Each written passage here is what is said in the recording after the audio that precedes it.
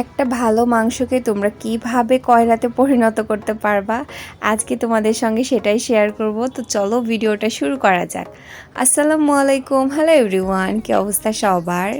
এদিন হঠাৎ করে প্ল্যান হলো যে বারবিকিউ করা হবে, তাই দেখতে পাচ্ছ এখানে ছোট একটা ফ্যান সেট করে দেওয়া হয়েছে। আর আমরা মাংসটা যেটার উপর রেখেছিলাম সেটাও কিন্তু ফ্যানেরই একটা খাঁচা ছিল, তা আমাদের কাছে গ্রিল ছিল না, এই জন্য এই বুদ্ধি করা। আর এই ফুলগুলো দেখো কি সুন্দর না বলো? তো যাই হোক, ফুল আমার বরাবরই পছন্দ। আর এইখানে কিন্তু প্রথম দিকে কিন্তু বারবিকিউয়ের কালারটা একদমই পারফেক্ট ছিল, কিন্তু এর পরের পরিণতির জন্য আমরা মোটেও প্রস্তুত ছিলাম না। আর এই কয়লাগুলোর কালারটা দেখো কি সুন্দর জ্বলতেছে, একদমই আমার মেজাজের মতো। তো যাই হোক, আমি এখানে ফুল নিয়ে একটু ঢং করছিলাম আর কি।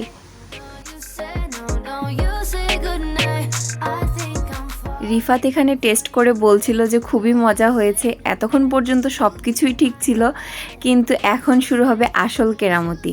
এই যে কয়লা তো শেষ হয়ে গেছে, তো এরা একদম আগুন জ্বালিয়ে দিয়েছে। আর এর জন্য কি হচ্ছিল, ওপরে পুড়ে যাচ্ছিল কিন্তু ভেতরে মাংস সেদ্ধই হচ্ছিল না।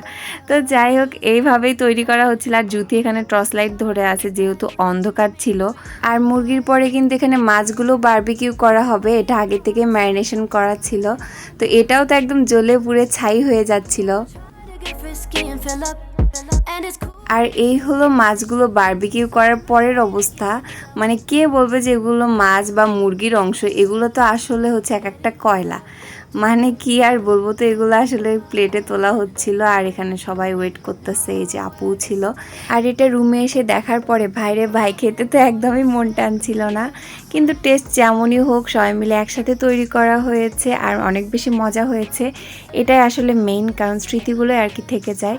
তো আজকের ভিডিওটা ছিল এ পর্যন্তই। সবাই ভালো থাকো, সুস্থ থাকো, আল্লাহ হাফেজ।